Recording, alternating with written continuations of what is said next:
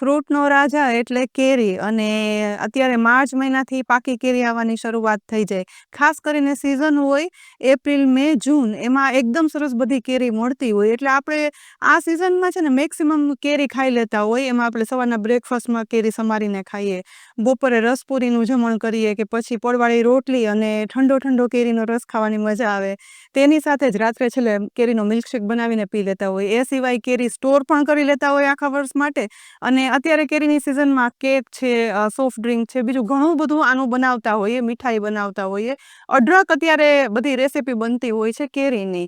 અને કેરી છે આપણે જેટલી ખાઈએ, કારણ કે એકદમ કહેવાય છે કે જેમ આપણે શિયાળામાં વસાણા ખાઈએ ને આખા વર્ષની શક્તિ મળે ને, એમ ઉનાળામાં આપણે કેરી ખાઈ લઈએ ને તો આખા વર્ષની શક્તિ મળે છે. અને એ પણ પાકી કેરી. તમને આજે આટલી બધી કેરી જોઈને એવું થશે કે તમે તો આજે આખી કેરીની માર્કેટ બનાવી દીધી. પણ આપણને મોસ્ટલી છે ને એવો વિચાર હોય કે પાકી કેરી એટલે આપણા મગજમાં આવે આફૂસ કેરી કે કેસર કેરી. પણ માર્કેટમાં આપણે જઈએ ને, શાક માર્કેટમાં, ત્યાં કેટલી બધી પ્રકારની પાકી કેરી મળતી હોય છે. તો આજે અમારા વિસ્તારમાં અત્યારે મે મહિનો ચાલે છે, તો મે મહિનામાં એટલે કે એપ્રિલ, મે, જૂનમાં જે કેરી મળે છે ને એ માની હું બધી કેરી લઈને આવી છું. હા, અમુક કેરી એવી હોય છે જેની સિઝન છે ને એ જૂનથી ચાલુ થતી હોય છે, જૂન, જુલાઈ, ઓગસ્ટ, અને અમારા વડોદરામાં તો સપ્ટેમ્બર સુધી પાકી કેરી મળતી હોય છે. તો આ સિઝનમાં ને આ મહિનામાં જે કેરી મળે છે હું લઈ આવી છું. તેની આપણે અલગ અલગ વિશિષ્ટતા જાણશું. અને હા, આ વિડીયો જોતા મને તમે એ પણ કહેજો, કારણ કે દરેક પ્રદેશના, ભારતના દરેક પ્રદેશમાં અથવા આઉટ ઓફ કન્ટ્રીમાં એટલી બધી કેરીના પ્રકાર હોય છે. તો તમારે ત્યાં કઈ કેરી મળે છે એનું નામ કોમેન્ટ બોક્સમાં લખી અને જણાવજો. સૌથી પહેલા કેરીનો રાજા કહેવાતી આફૂસ કેરી. આફૂસ કેરી મુખ્યત્વે જોઈએ ને તો મહારાષ્ટ્રમાં પાકે છે. એમાંય રત્નાગીરી આફૂસ છે ને તે સૌથી વધારે પ્રખ્યાત છે. ગુજરાતમાં પણ હવે તેનું ઉત્પાદન થાય છે. આમ જુઓ ને તો તે મધ્યમ કદની નાની એવી અંડા આકારની હોય અને સહેજ જ એવી વળેલી હોય. જે પાક્યા પછી એકદમ જુઓ કેટલો સરસ સોનેરી પીળો રંગ ધરાવે છે.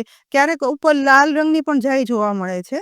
અને આફૂસ કેરી તેના અતિ ઉત્તમ મીઠા અને થોડા તીખા સ્વાદથી અને એકદમ સરસ મનમોહક તીવ્ર સુગંધ હોય છે, જેથી વિશ્વભરમાં પ્રખ્યાત છે. અને તેની સિઝન છે ને એ સામાન્ય રીતે એપ્રિલ, મે મહિનો હોય છે અને જૂન અડધો હોય ને ત્યાં સુધી આવે છે. અને તે ગુણવત્તામાં ખૂબ જ ઊંચી હોવાથી તે સૌથી મોંઘી કેરી કહેવામાં આવે છે. ગુજરાતની સૌથી લોકપ્રિય અને માંગવાળી કેરી હોય તો એ છે કેસર કેરી, જે મુખ્યત્વે જુનાગઢ, ગીર સોમનાથ જિલ્લામાં પાકે છે. એમાં તલાળાની કેસર કેરી છે ને એ સૌથી વધારે પ્રખ્યાત છે અને એક્સપોર્ટ થતી હોય છે ફોરેન પણ. અને તે જો મધ્યમ કદની ગોળાકાર હોય, થોડી લંબગોળ અને લાંબી હોય. આમાં મોટી સાઈઝની પણ આવે અને આ રીતની નાની સાઈઝની પણ આવે છે. તેનો પીળો નારંગી રંગ હોય અને ઉપરથી લગભગ લીલાશ પડતી વધારે લાગે, સાથે પીળો નારંગી કલર. તેમાં કેસર, તેમાં ખાંડ જેવો મીઠો સ્વાદ હોય છે. અને આકર્ષક એની એટલી સરસ સુગંધ હોય છે ને એટલે તે બીજી બધી કેરીથી અલગ પડે છે અને ચડિયાતી છે. તેની સિઝન છે ને મે મહિનાથી એકદમ સરસ શરૂઆત થાય તો જૂનના અંત સુધી આવે છે. તે બહાર પણ મેં કીધું એમ બહુ જ નિકાસ થાય છે. અને આ અત્યારે તો તલાળાની કેરી સિવાય કચ્છની પણ કેસર કેરી ઓળખાય છે. જે આ તલાળાની કેરી આવવાની બંધ થાય ને એ પછી કચ્છની કેરી આવવાની શરૂઆત થાય છે. એટલે કે એ જૂન, જુલાઈમાં આવતી હોય છે. અને તેના સ્વાદના પ્રદેશની થોડી ખારાશ છે, તેની વાતાવરણની પણ અસર જોવા મળે છે. અને કેસર છે એનો રસ છે ને એ એકદમ ઉત્તમ કહેવામાં આવે છે. તો મોસ્ટલી સ્ટોર કરવા માટે પણ આ કેસર કેરી વપરાતી હોય છે. હવે મેં લીધી છે બદામ કેરી. બદામ કેરી છે ને એ ઉત્તર ભારતમાં અને દક્ષિણ ભારતમાં ખૂબ જ પાકે છે અને ત્યાંની ફેમસ છે. પરંતુ હવે ગુજરાતમાં પણ તે એટલી જ મળવા માંડી છે. અને તેની છે ને આવું કદ એટલે કે મોટી આવી આવે છે. અને તેનો શેપ છે ને એ બદામ આકારનો હોય છે, જેથી તેનું નામ છે ને એ બદામ કેરી પડ્યું છે. અને તેની સાથે તે આ ઓરેન્જ હોવાના બદલે એકદમ પીળી હોય છે. અંદરથી પણ તમે ટુકડા કરો ને તો એકદમ પીળી મોર નીકળે છે, પરંતુ એકદમ મીઠાશવાળી હોય છે. ક્યારેક તેની ઉપર લાલ કલરનો થોડી એવી છટા જોવા મળે. તેનો સ્વાદ છે ને મીઠો અને સુગંધિત હોય. તેમાં આફૂસના થોડો એવો તીખો સ્વાદ પણ અનુભવાય છે. સામાન્ય રીતે આ કેરી છે ને એ મે મહિનામાં અને જૂન મહિનામાં બજારમાં મળે છે. અને તેના સ્વાદ અને તેના કદના કારણે તેને ખૂબ જ પસંદ કરવામાં આવે છે. હવે લીધી છે તોતાપુરી કેરી. દક્ષિણ ભારતમાં મોટા પ્રમાણમાં તોતાપુરી કેરીનું ઉત્પાદન થાય છે. ગુજરાતમાં પણ જોવા મળે છે અને ખાસ કરી અહીં અમારા વડોદરામાં તોતાપુરી કેરી છે ને એ કાચી કેરીમાં પસંદ કરવામાં આવે છે. આ કેરી છે ને તેના આવા લાંબા શેપને લીધે અને નીચેની તરફ જુઓ આવી અણીદાર હોય છે. આ આકાર એનો પોપટની ચાંચ જેવો છે ને માટે તેને તોતાપુરી કેરી એવું નામ પડ્યું છે. પાક્યા પછી તે એકદમ પીળા રંગની થાય છે. તેનો સ્વાદ છે ને મીઠો અને થોડોક એવો ખાટો હોય છે, પરંતુ મીઠાશ વધારે લાગે છે. જ્યારે આમાં સુગંધ છે ને તે એકદમ ઓછી હોય છે. તેની સિઝન છે ને એ સામાન્ય રીતે મે મહિનાથી જુલાઈ સુધી હોય છે અને મુખ્ય તેનો રસ બનાવવા માટે, અથાણા માટે આ કેરી વપરાતી હોય છે. હવે મેં અહીં લીધી છે લંગડો કેરી. મોસ્ટલી આ લંગડો કેરી છે ને એ બજારમાં ક્યારે જોવા મળે ખ્યાલ છે? તો કે એક વરસાદ પડી જાય ને એ પછી આ લંગડો કેરી આવતી હોય છે. પણ મુખ્યત્વે ઉત્તર ભારતમાં તેનો પાક વધારે થાય છે. ગુજરાતમાં પણ જોવા મળે છે. તે આવી છે ને મધ્યમ કદની હોય છે અને ઉપરથી દેખાવમાં છે ને આપણને કેસર કેરી પણ જેવી લાગે, થોડી અંડાકાર હોય. અને એક જ કેસર કેરી અને આમાં ફેર હોય છે કે આ કેરી પાકે ને પછી પણ આખી આવી લીલી જ રહેશે, પરંતુ જ્યારે આપણે એને કટ કરીએ ને, જો આ રીતે કટ કરીને બતાવું તો પણ અંદરથી છે ને તે કેસરી નીકળે. લકીલી હજી સિઝન એની શરૂઆત નથી થઈ પણ મને બજારમાં મળી ગઈ. તો લંગડાની આ ખાસિયત છે. તેની સાથે એની એ ખાસિયત છે કે તેનો સ્વાદ છે ને તે બીજી બધી કેરી કરતાં અલગ હોય છે. થોડો મીઠો અને થોડો ખાટો સ્વાદ હોય છે. તીવ્ર સુગંધ પણ અલગ પ્રકારની સુગંધ હોય છે અને તેની સિઝન મેં પહેલાં કહ્યું એમ જૂનથી જુલાઈ એટલે કે વરસાદ ઉપર હોય છે. અને અન્ય કેરી કરતાં તેનો સ્વાદ અલગ પડે છે ને માટે લંગડો કેરી થોડી સસ્તી પણ હોય છે અને તેની એક આગવી ઓળખ છે. હવે લીધી છે કેરી લાલબાગ કેરી. મુખ્યત્વે દક્ષિણ ભારતમાં ઉત્પાદન થાય છે, પરંતુ લાલબાગ કેરી છે ને તે ગુજરાતમાં ઓછી જોવા મળે છે. તે આવી મધ્યમ કદની હોય છે અને આ પાકેલી છે એટલે ઉપરથી જો આવા લાલાશ પડતી થાય છે, કેસરી થવાના બદલે. માટે જ તેનું નામ છે ને લાલબાગ કેરી એવું પડ્યું છે. એકદમ આકર્ષક લાલ કલર હોય છે અને તેનો સ્વાદ છે ને મીઠો અને થોડો એવો ખાટો હોય છે. તે સિઝન છે ને પ્રદેશ પ્રમાણે હોય છે. ક્યાંક વહેલી સિઝન હોય છે, ક્યાંક મોડી સિઝન હોય છે. અને તેની સાથે આને ચૂસવાની કેરી પણ કહેવાય છે. એકચ્યુઅલી દેશી કેરી જે આવે છે જે ઘોળી અને ચૂસીને ખાઈ શકાય છે, તેવી રીતે લાલબાગ પણ ખાઈ શકાય છે. તેનો આકર્ષક લાલ કલર છે ને એ દરેક બીજી કેરીથી તેને અલગ પાડે છે. તેની સાથે આજે મેં લીધી છે દક્ષિણ ભારતની કેસર કેરી. જુઓ સાઈઝમાં કેટલી મોટી છે અને તેનો શેપ પણ કેટલો અલગ છે. એકચ્યુઅલી હું શાક માર્કેટમાં ગઈ ને તો ત્યાં મને દક્ષિણ ભારતની કેસર કેરી પણ મળી ગઈ, તો મેં એક નંગ લીધો. આપણી કેસર કેરી હોય ને જે ગુજરાતની, આપણી ગીરની જે આવે છે તલાલા ગીરની, એ આ મેક્સિમમ મોટામાં મોટી હોય ને એ આ સાઈઝની હોય.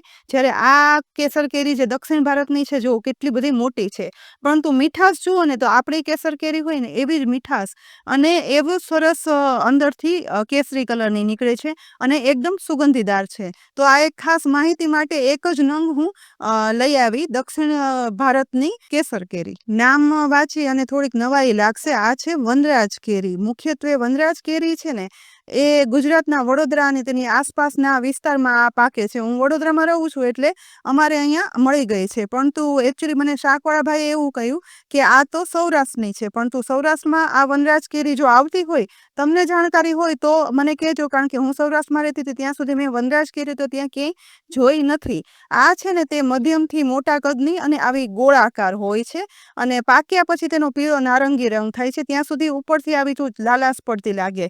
દેખીતા આપણને એવું લાગે કે આ તો રાજાપુરી કેરી છે, પરંતુ રાજાપુરી કેરી નથી. આ કેરીનો સ્વાદ છે ને મીઠો અને થોડો તીખો હોય છે. સુગંધ પણ એકદમ સરસ હોય છે અને તેની સિઝન છે ને સામાન્ય રીતે મે મહિનાના મધ્યથી એટલે કે મે મહિનો અડધો જાય ને એ પછી પાકવાની શરૂઆત થાય છે, તો જૂન સુધી હોય છે. અહીંયા મને આ કાચી વનરાજ કેરી મળી છે, પરંતુ હું આ વિડીયોમાં જાણકારી માટે આ કાચી વનરાજ કેરી લઈને આવી અને તેનો સ્વાદ અને કદના કારણે તે સ્થાનિક એટલે લોકલ્સ હોય ને તેમાં ખૂબ જ પ્રિય છે. રાજાપુરી કેરી. મહારાષ્ટ્રના રાજાપુર ગામમાં સૌથી વધારે આ રાજાપુરી કેરીનું ઉત્પાદન થાય છે, માટે તેનું નામ પડ્યું રાજાપુરી કેરી. પરંતુ હવે ગુજરાતમાં પણ ખાસ કરીને વલસાડ અને તેની આસપાસના વિસ્તારોમાં આનું ઉત્પાદન થાય છે અને વધુ પ્રમાણમાં જોવા મળે છે. તે આવી એકદમ મોટા કદની હોય છે, ગોળાકાર શેપ હોય છે. ક્યારેક તો કિલો 1.5 કિલોની એક કેરી હોય છે. આ 500 ગ્રામની એક કેરી છે, એવડી મોટી હોય છે. જે પાક્યા પછી છે ને એકદમ પીળા કલરની થઈ જાય છે અને તેનો સ્વાદ છે ને તે મીઠો મીઠો અને થોડો એવો ખાટો હોય છે